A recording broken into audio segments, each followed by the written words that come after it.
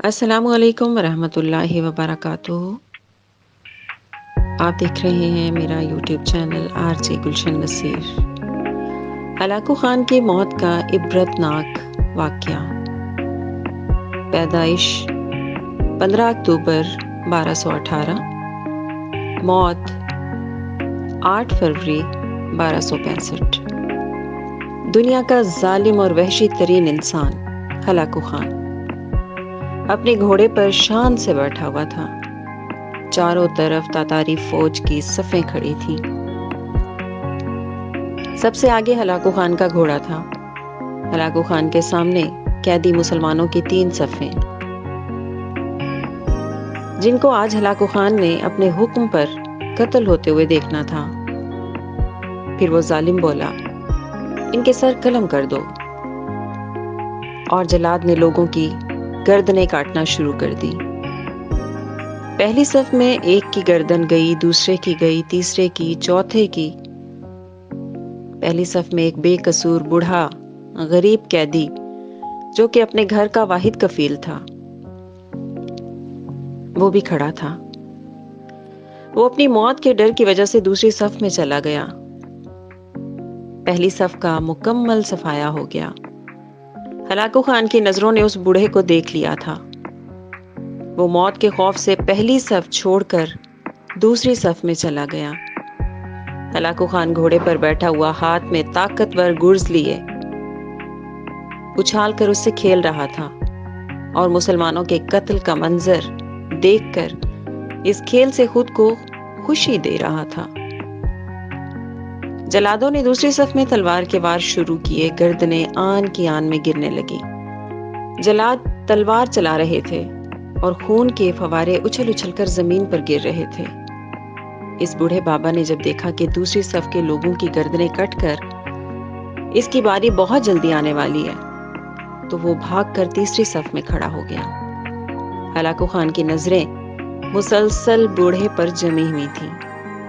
اب تو تیسری صف بھی آخری ہے، اس کے بعد یہ کہاں چھپنے کی کوشش کرے گا؟ اس بے وقوف بڈھے کو میں اپنی تلوار سے ماروں گا۔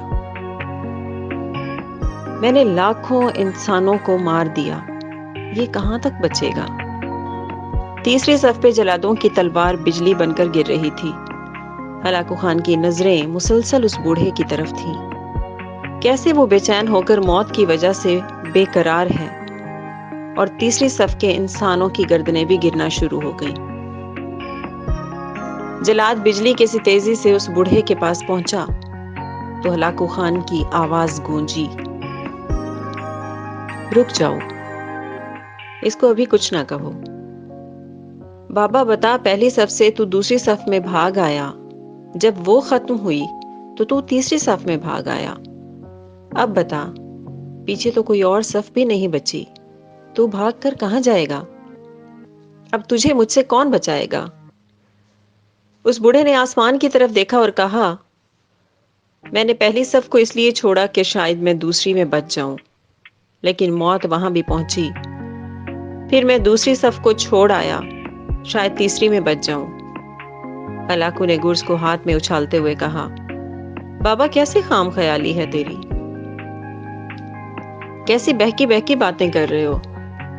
بھلا تمہیں میری تلوار سے کون بچا سکتا ہے؟ بوڑھے مسلمان نے زمین و آسمان کی ہر چیز کے مالک اس وحدہ لا شریک رب پر بے انتہا یقین کے ساتھ کہا، وہ اوپر والی ذات اگر چاہے تو کچھ بھی ہو سکتا ہے، اور اگر وہ چاہے تو مجھے تجھ سے بچا بھی سکتا ہے۔ کیسے بچا سکتا ہے؟ ہلاکو خان نے اتنے تکبر میں آ کر کہا کہ اس کے ہاتھ سے گرز گر پڑا۔ ہلاکو خان چابک دست، ہوشیار، جنگجو اور چلاک انسان تھا۔ ہلاکو خان نے گھوڑے کے اوپر بیٹھے بیٹھے گرے ہوئے گرز کو اٹھانے کے لیے خود کو جھکایا کہ زمین پہ گرنے سے پہلے ہی وہ اسے ہوا میں ہی پکڑ لے۔ اس کوشش میں ہلاکو خان کا ایک پاؤں رکاب سے نکلا اور وہ اپنے گھوڑے سے ہی نیچے آ پڑا، جبکہ دوسرا پاؤں رکاب میں ہی پھنس کر رہ گیا۔ ہلاکو خان کا گھوڑا اتنا ڈر گیا کہ بھاگ نکلا۔ ہلاکو نے خود کو بچانے کی بڑی کوشش کی، لشکر بھی حرکت میں آ گیا، لیکن گھوڑا اتنا طاقتور تھا کہ وہ اس کے قابو میں نہ آیا۔ وہ ہلاکو کو پتھروں میں گھسیٹ گھسیٹ کر بھاگتا رہا، یہاں تک کہ ہلاکو کا سر پتھروں سے پٹخ پٹخ کر اس قدر لہولہان ہو گیا کہ اس کی روح چند ہی منٹوں میں اپنے اس تکبر بھرے وجود کو چھوڑ کر ہمیشہ کے لیے جہنم رسید ہو گئی۔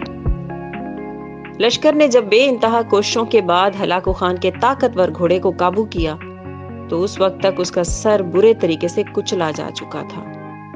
ہلاکو کا لشکر اس بوڑھے بزرگ سے اتنا خوف زدہ ہو گیا کہ لشکر نے اسے جان بوجھ کر نظر انداز کر دیا اور وہ بابا بڑے آرام و سکون سے پیدل ہی اپنے گھر کی طرف چل پڑا۔ مظلوم کی آہ سے ڈرو، کیونکہ جب وہ اللہ سے رجوع کرتا ہے تو قبولیت بہت دور سے اس کا استقبال کرنے کے لیے آتی ہے۔